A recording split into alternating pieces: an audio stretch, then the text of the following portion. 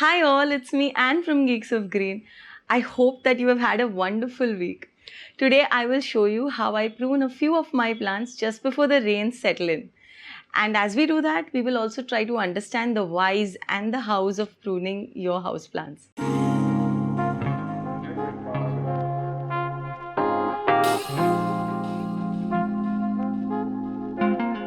I had promised you this video long back and I'm happy that I could finally put this together for you.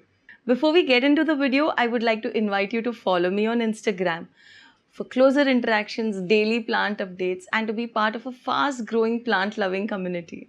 So let's get started. What is pruning? It is simply cutting, plucking, or pinching leaves, branches, and flowers that are usually dead, dying, or leggy to make your plants bushy and healthier. Do all plants need to be pruned? You don't need to prune all house plants every season.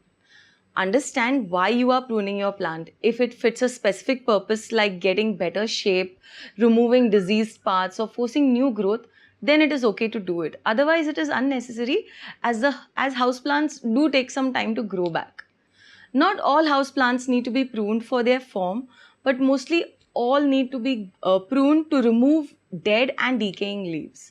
So now let's look at why we would want to prune our houseplants. Why should we prune? We can prune to remove diseased leaves or pest-infested branches or portions of the plant. We can also pluck out dead leaves, flowers or branches. Keeping them on your plant is not only an open invitation to fungus and pests, but it makes the plant look shabby and ungroomed. If you want your plant looking great at all times, then you should make this a habit. We can prune to encourage new growth. Whenever we cut plants and remove portions of it, the plant is forced to send out new growth right on the nodes the cut is above to compensate for the energy-making leaves it has just lost. It also helps to strengthen the main stem. When you prune a plant, the plant produces new branches and in turn the main branch thickens and becomes stronger to support the weight of the new branches. When you prune, you reduce the yield of your plant for that time, but as it grows more leaves and becomes stronger, the quality of the fruit it produces gets better. In the long term, you are also increasing the yield of that plant. Pruning helps better the form of the plant. When you make a cut, you can influence the direction in which the plant grows. So if I cut a branch I don't want growing back at the base, I encourage a plant to send out growth in the other direction. This is usually done with bonsais and young trees to help them to get a better structure. So when you cut, do it in a way that you encourage the new growth to spread outwards. We also prune to thin out top growth and let in light so that more leaves get light and work to make energy for the plant. You also prune when a plant is overgrown. Either it has outgrown its moss pole or the pot that it is growing in, or it is encroaching into another plant's space. So you just have to cut it back. In case of foliage plants, you can also cut off flowers if you want the plant to focus all its energy on making more leaves. When a variegated plant is reverting back to its original form, you can prune those leaves out too. You simply have to cut the non-variegated parts off. Just go down to the base and give it a cut. In case of a monstera or a syngonium or such aroids, if you see around 2 to 3 non-variegated leaves, you can cut it back to the last variegated leaf node. How much to prune?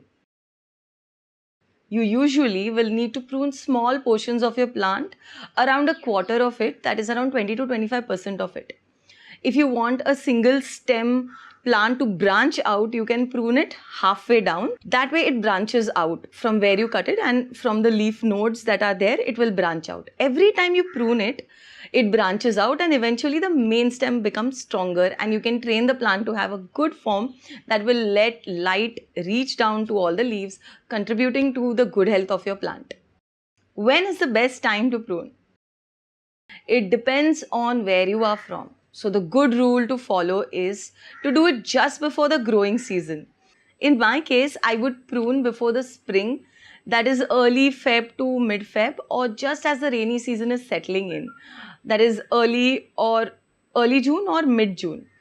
For some soft stem plants, you can prune and pinch all year long. For flowering plants, I usually wait till all their blooms have dropped and they are done flowering, and then I go and prune them. How do you prune plants? I use sharp, clean shears to get a clean cut. You would want to disinfect your shears with spirit, that is isopropyl alcohol, so that you don't transfer any infection to the plant. This philodendron pedatum has outgrown its moss pole, so I'll cut it here and use this part to make multiple cuttings. For softer stems, I use a clean pair of sharp scissors. You can also use a sharp knife for plants like the bird of paradise or this alocasia. Just slide it in like this, moving outwards without cutting the stem inside. I will also be cutting my begonia morrisemi halfway down as it has become very leggy. You can see there is new growth in the bottom already.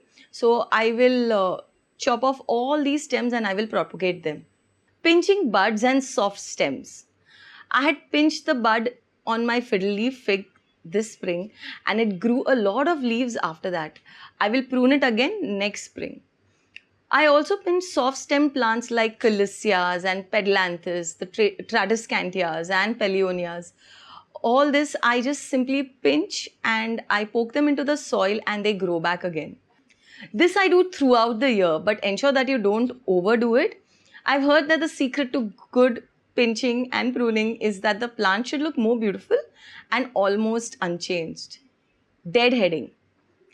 Do this for plants that you keep for their flowers. When you have flowers that are done blooming and are completely spent, you simply pluck them off.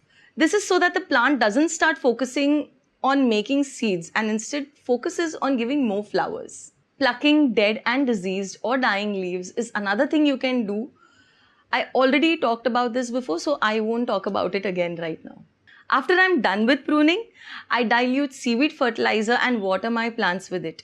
Don't use a strong fertilizer, use something that is mild and something the plant can uptake. I do hope you really like the video and this helps you to prune your indoor plants effectively. I am also coming up with some masterclasses on pruning, some workshops that I will be launching very soon. Do look out for that too. If you got anything out of this, please take the time to hit the like button and leave your comments down below. Even if I'm not able to reply to each one of them, I assure you I'm reading each and every one of them. Remember to check out the community tab for posts, polls and plant updates, and thank you for participating in the last poll. Also, if you're new around here, do subscribe and hit the bell icon for notifications of new videos. Bye for now. I'll see you soon in the next video. Till then, stay green.